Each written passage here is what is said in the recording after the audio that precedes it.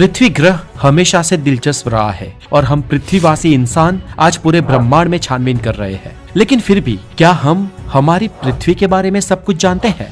तो बिल्कुल नहीं दोस्तों।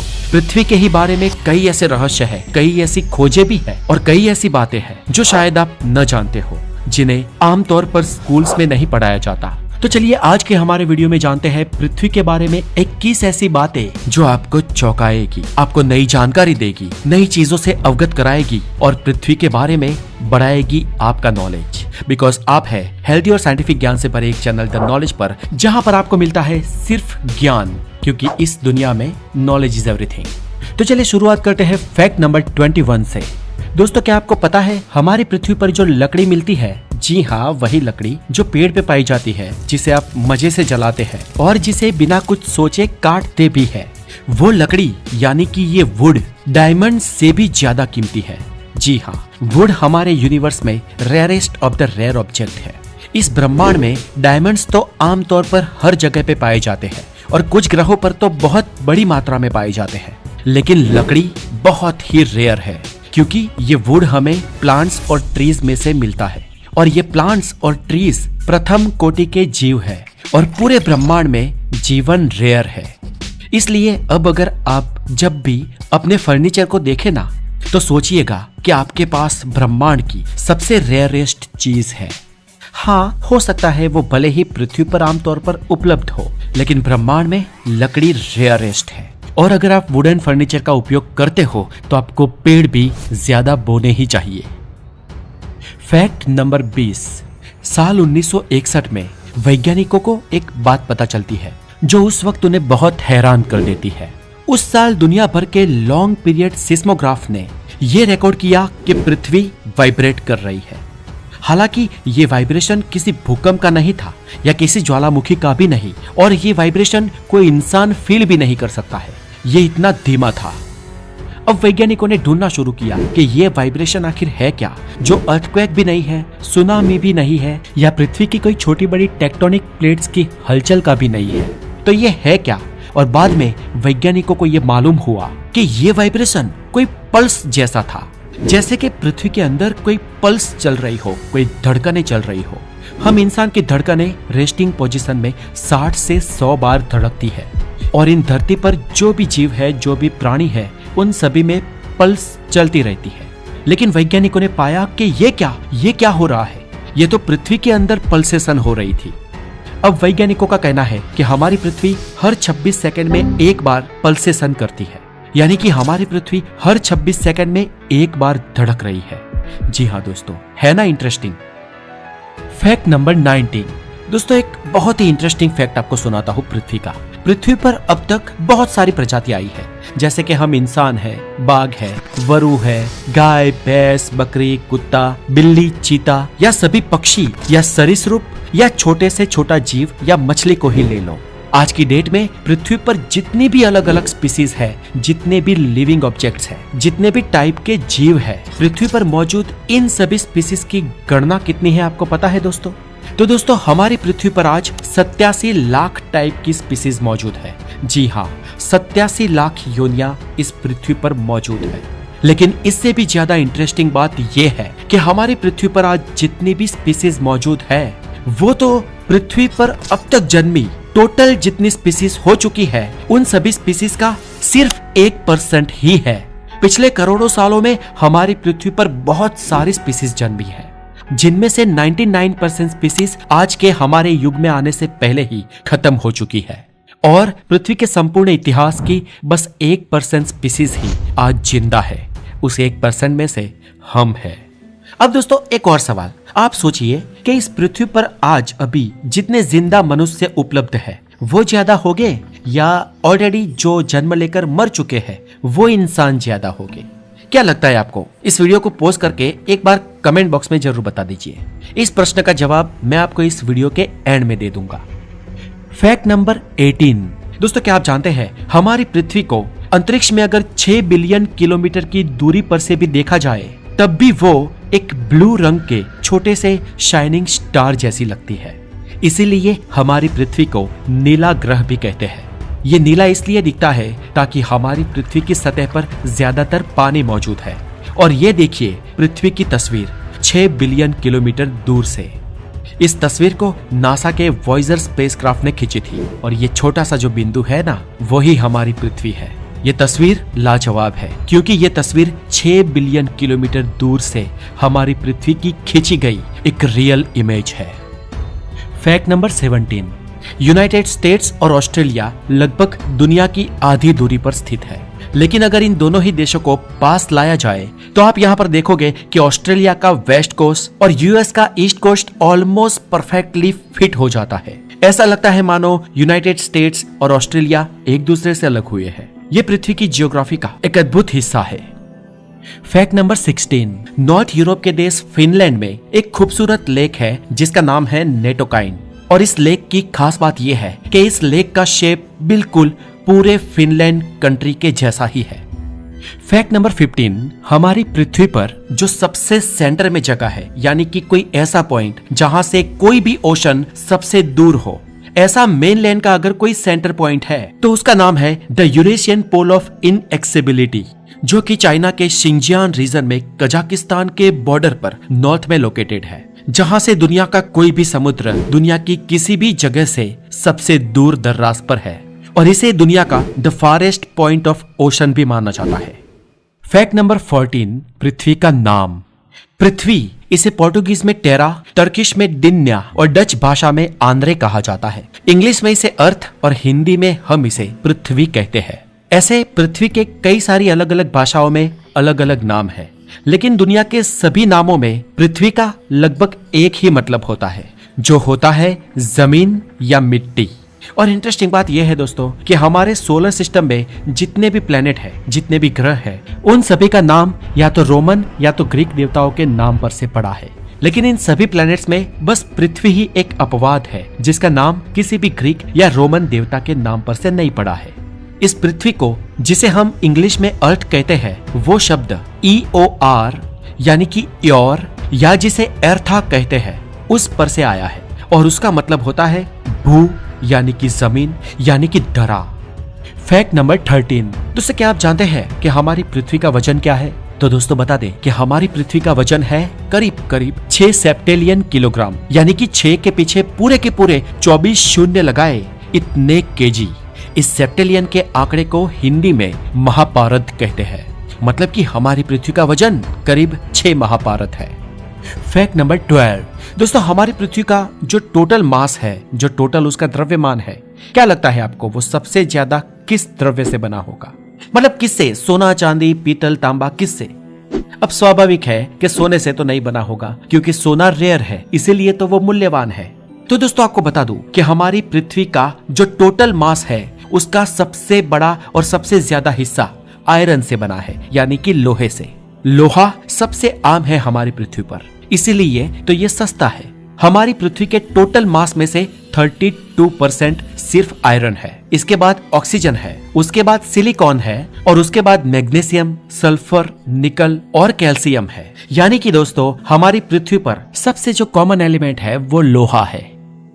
फैक्ट नंबर 11, अब दोस्तों हमारी पृथ्वी की सतह पर जो आप ये पानी देखते हो ना, जो 5 बड़े महासागरों और छोटे छोटे सागरों से लेकर नदियों तक फैला हुआ है, इतना ही नहीं, इनसे ज्यादा पानी तो पृथ्वी के नॉर्थ पोल और साउथ पोल में बर्फ के रूप में जमा है। ये सभी एंटायर पानी जो पृथ्वी पर मौजूद है ना, वो इस पृथ्वी के टोटल द्रव्यमान का सिर्फ 1% हिस्सा ही है।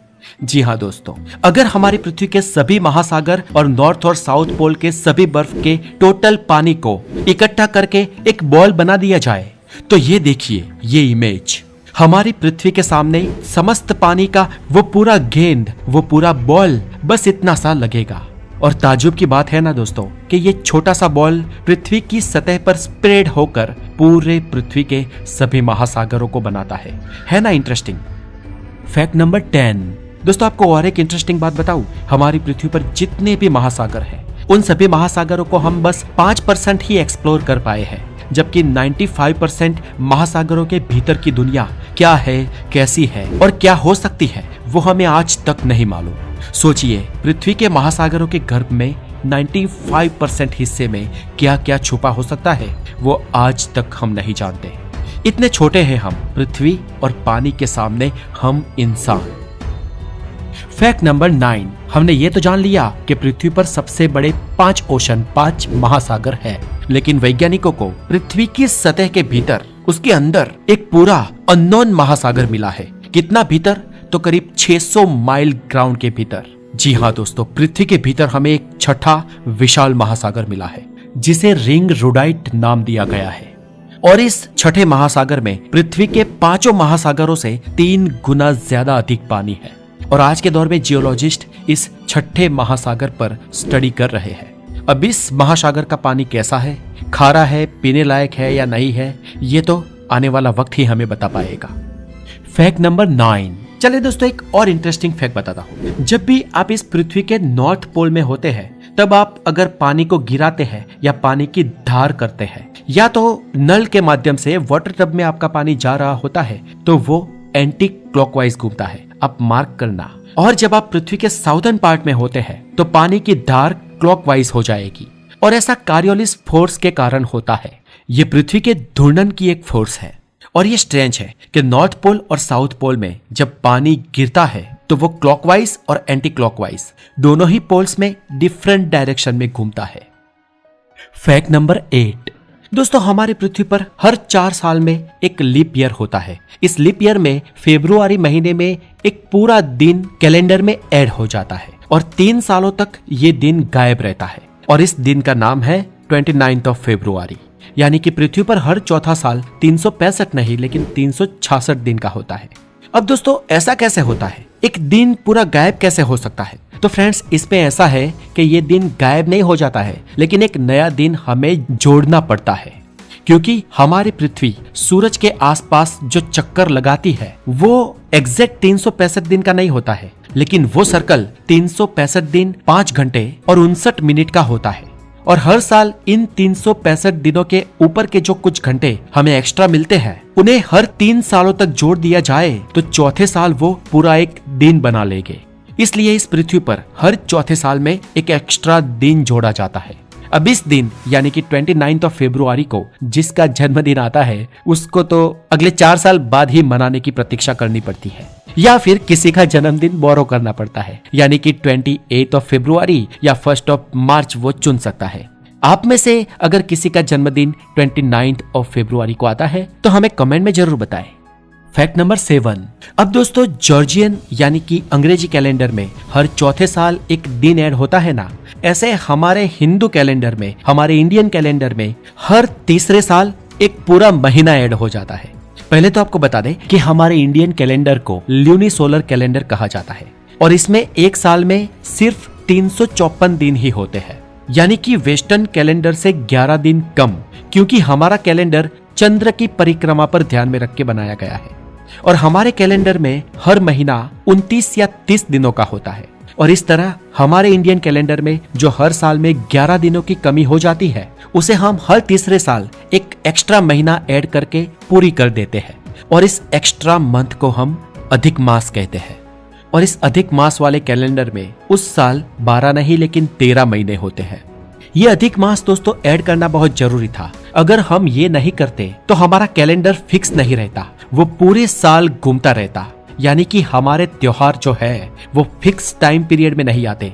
अगर हम अधिक मास को ऐड नहीं करते तो दिवाली कभी मॉनसून में, कभी मई या जून महीने की गर्मियों में, या कभी ठंडी के मौसम में दिसंबर या जनवरी में भी आ सकती थी। फैक्ट नंबर 6, पृथ्वी का असली आकार। दोस्तों हमारी धरती पर समुद्र का जो पानी है वो पृथ्वी के गड्ढों में पहुंचता है और महासागर बनाता है, जिससे पृथ्वी को एक गोलाकार आकार मिलता है, जिससे हमें ये पृथ्वी बहुत ही खूबसूरत दिखाई देती है। लेकिन दोस्तों क्या आपको पता है कि हमारी पृथ्वी से पानी गायब हो जाए तो ये पृथ्वी कैसी दिखेगी? तो ये देखिए दोस्तों उसकी तस्वीर। हमारी पृथ्वी पर पानी गायब हो जाए तो समुद्र खुले हो जाएंगे और समुद्र की दरारें, गड्ढे हमारी पृथ्वी को कुछ ऐसा रूप देंगे। ये बिना पानी का हमारा ग्रह पृथ्वी है जो उबड़ खाबड़ गोलाकार दिखाई देता है, और पानी के साथ ये ब्लू प्लेनेट कितना खूबसूरत दिखता है ना। फैक्ट नंबर 5, पृथ्वी पर हमेशा से ही दिन 24 घंटे का नहीं हुआ करता था। आज भले ही हमारा दिन 24 घंटे का होता हो, लेकिन जब ये पृथ्वी बनी, जब ये सौरमंडल के साथ निर्मित हुई, तब यानी कि आज से करीब 4.5 अरब साल पहले हमारी पृथ्वी अपनी धुरी पर बहुत ही तेज गति से घूर्णन करती थी और तब एक दिन करीब 12 घंटे से भी कम समय का हुआ करता था, यानी कि दिन और रात दोनों ही 12 घंटे में हो जाते थे। आज से करीब 2.5 बिलियन ईयर पहले पृथ्वी का दिन 18 घंटे का हुआ करता था और करीब 1 बिलियन ईयर पहले पृथ्वी का एक दिन 21 घंटे का हुआ करता था। साइंटिफिक एविडेंस यही कहते हैं कि हमारी पृथ्वी अपनी धुरी पर ग्रेजुअली धीरे धीरे धीमी हुई है। वैज्ञानिकों का मानना है कि पृथ्वी पर जब मल्टी सेल्स वाली लाइफ शुरू हुई तब पृथ्वी का एक दिन हुआ करता था 23 घंटे का, और जब इस पृथ्वी पर हम इंसानों की पहली प्रजाति का उद्भव हुआ तब पृथ्वी का दिन करीब 24 घंटे तक पहुंच गया था और आज हमारी पृथ्वी का एक दिन 24 घंटे का है। हमारी पृथ्वी पर सन, जुपिटर और मून की ग्रेविटी का भी असर होता है, जिसकी वजह से पृथ्वी पर आप बदलाव देख सकते हैं, जैसे कि समुद्री बदलाव, और इन बदलावों के चलते हर 100 साल में इस पृथ्वी पर एक दिन का समय 1.7 मिलीसेकंड कम होता जा रहा है। इसके अलावा जब जब पृथ्वी पर कोई बड़ी प्राकृतिक आपदा आती है तब भी पृथ्वी का समय स्लो हो जाता है। साल 2011 में जापान में आए तीव्र भूकंप की वजह से एक दिन का समय करीब 1.8 मिलीसेकंड तक कम हो गया था और ये भविष्य में भी ऐसे कम होता रहेगा और भविष्य में हमारी पृथ्वी का एक दिन 24 घंटे का नहीं लेकिन 25 घंटे और उसके बाद 26, 27, 28 घंटे तक का हो जाएगा, लेकिन ऐसा होने में करोड़ों साल बीत जाएंगे। Fact number 4, fluctuated gravity. दोस्तों, अगर आपको ऐसा लगता है कि हमारी पृथ्वी पर ग्रेविटी सभी जगह पर एक समान है तो ऐसा नहीं है। पृथ्वी पर ग्रेविटी जगह जगह पर असमान है। पृथ्वी पर एक जगह पर ग्रेविटी थोड़ी सी ज्यादा है तो दूसरी जगह पर थोड़ी सी कम, और कुछ कुछ जगह तो ऐसी है जहां पर ग्रेविटी एंटी ग्रेविटी की तरह रिएक्ट करती है। कनाडा के हडसन बे जगह की बात करें तो यहाँ पर ग्रेविटी दूसरी जगहों से बहुत ही कम है। माना जाता है कि यहाँ पर ऐसा इसलिए है क्योंकि यहाँ पर पृथ्वी के गर्भ और सतह के बीच पर्याप्त द्रव्यमान नहीं है, जिसके कारण यहाँ की ग्रेविटी बहुत ही कम है। सन 2009 में एक सैटेलाइट को जब अंतरिक्ष में भेजा गया था, उस सैटेलाइट के द्वारा पृथ्वी की अलग अलग जगहों की ग्रेविटी नापी गई थी और इसी सैटेलाइट से हमें यहाँ की जानकारी मिली और ऐसे पृथ्वी पर बहुत सारी जगह पर अनियमितता पाई गई है। फैक्ट नंबर 3, दोस्तों, हम सब बचपन से ये जानते और मानते आए हैं कि पृथ्वी का सबसे ऊंचा पर्वत माउंट एवरेस्ट है और ये बात सही भी है। अगर ऊंचाई को समुद्री तल से नापा जाए तो माउंट एवरेस्ट का शिखर समुद्री तल से सबसे ऊंचा है, जो 8,848 मीटर है, यानी कि करीब करीब 29,000 फीट से भी ज्यादा। लेकिन भले ही माउंट एवरेस्ट का ये शिखर पृथ्वी का सबसे ऊंचा शिखर हो, लेकिन माउंट एवरेस्ट पर्वत दरअसल जियोग्राफिकली देखे तो हमारी पृथ्वी का सबसे बड़ा पर्वत नहीं है। सिर्फ अगर हम पर्वत की ऊंचाई ही नापे, जो पर्वत कहीं पर भी हो, जो पृथ्वी के समुद्र के अंदर उसकी समुद्री सतह से नीचे ही क्यों ना हो, अगर ऐसे किसी पर्वत की ऊंचाई नापी जाए तो इक्वेडोर का माउंट चिम्बोराजो पृथ्वी का सबसे ऊंचा पहाड़ होगा। Fact number 2, the longest mountain range. दोस्तों, क्या आपको पता है कि इस पृथ्वी की सबसे लंबी पर्वत श्रृंखला यानी कि पर्वतमाला कौन सी है? आपको इंडिया का तो पता ही होगा कि हमारे देश भारत की सबसे लंबी पर्वतमाला अरावल्ली की पर्वतमालाएं है, जो हिमालय से होते हुए दक्षिण भारत तक फैली हुई है। पर आखिर दुनिया की सबसे लंबी पर्वत श्रृंखला कौन सी है? अगर दोस्तों आपका जवाब एंडीज पर्वतमाला है तो वो गलत होगा। दरअसल पृथ्वी की सबसे लंबी पर्वत श्रृंखला का सिर्फ 10% भाग ही हमें दिख पाता है और उसका बाकी का 90% भाग समुद्र की गहराइयों में है। दरअसल हमारे समुद्र इतने गहरे हैं और इतने बड़े बड़े कि बहुत बड़े पर्वतों को वो अपने अंदर पानी के अंदर समाये हुए है और इसे हम मिड ओशन ग्रिड सिस्टम के नाम से जानते हैं। और 1950 में किए गए एक स्टडी के अनुसार इस पर्वतमाला की लंबाई 80,000 किलोमीटर है और ये इंडिस पर्वतमाला से 20 गुना से भी ज्यादा लंबी है। Fact number 1, Pangaea. दोस्तों, आज हमारी पृथ्वी पर मेनली 7 महाद्वीप है या महाखंड है, लेकिन आज से करीब 30 करोड़ साल पहले ये सभी महाखंड एक ही जगह पर स्थित थे और एक ही महाद्वीप बनाते थे, जिसे हम पेंजिया कहते हैं, और ये पृथ्वी के करीब 1/3 भाग में फैला हुआ था और उस महाखंड को छोड़ दे तो बाकी के करीब 70% हिस्से पर पृथ्वी पर एक ही महासागर था जिसे टेथिस ओशन कहते हैं। और बाद में करीब 17 करोड़ साल से भी ज्यादा समय पहले पृथ्वी में टेक्टोनिक प्लेट्स में होने वाली हलचलों के चलते ये पेंजिया महाखंड आखिरकार टूटा और 2 खंडों में बंट गया, जिन दोनों का नाम वैज्ञानिकों ने दिया है गोंडवाना और पेंजिया। और धीरे धीरे ये 2 खंड भी डिवाइड होते रहे और आखिरकार आज 7 महाटेक्टोनिक प्लेट्स पे महाखंड खड़े हैं। और भूस्तर शास्त्रियों की माने तो आज से करीब 250 करोड़ साल बाद पृथ्वी के ये सभी महाद्वीप फिर से जुड़ जाएंगे और फिर से पेंजिया महाखंड का निर्माण होगा। मतलब कि सब कुछ सर्कल है, इतिहास अपने आप को बार बार दोहराता है। तो दोस्तों आज के लिए इतना ही और मुझे कमेंट बॉक्स में जरूर बताएं कि क्या आप इन सभी फैक्ट्स को जानते थे। और अब दोस्तों एंड में इस वीडियो में मैं आपको इस वीडियो में पूछे गए सवाल का जवाब देता हूँ। सवाल था कि इस पृथ्वी पर आज जितने लोग जिंदा है क्या वो ज्यादा है, क्योंकि इस पृथ्वी पर आज हम इंसानों की आबादी बहुत ही बढ़ गई है, या फिर वो इंसान ज्यादा है जो इस पृथ्वी पर जन्म लेकर मर चुके हैं। तो दोस्तों इसका जवाब ये है कि वो इंसान ज्यादा है जो इस पृथ्वी पर जन्म लेकर अब तक मर चुके हैं। जी हाँ, और वो आज के जीवित इंसानों से तो बहुत ज्यादा है। इस पृथ्वी पर आज हम इंसानों की पॉपुलेशन करीब 7.8 बिलियन है, यानी कि करीब 8 अरब लोग इस पृथ्वी पर आज जिंदा है, रह रहे हैं। लेकिन इस पृथ्वी पर पिछले 2 लाख सालों में जन्म लेकर मरने वाले लोगों की संख्या, मैं कोई और स्पीसीज की बात नहीं कर रहा हूँ दोस्तों, सिर्फ इंसानों की संख्या करीब 109 बिलियन है, यानी कि 109 अरब लोग इस पृथ्वी पर अब तक जन्म लेकर मर चुके हैं। और आज जिंदा है उन लोगों को भी इस आंकड़े में शामिल कर दिया जाए तो इस पृथ्वी को अब तक 117 बिलियन लोग विजिट कर चुके हैं। तो दोस्तों आज के इस वीडियो में इतना ही। ये वीडियो आपको कैसी लगी हमें कमेंट बॉक्स में जरूर बताएं और बने रहे द नॉलेज के साथ और अपना बहुत सारा ध्यान रखें। Have a wonderful day, take care.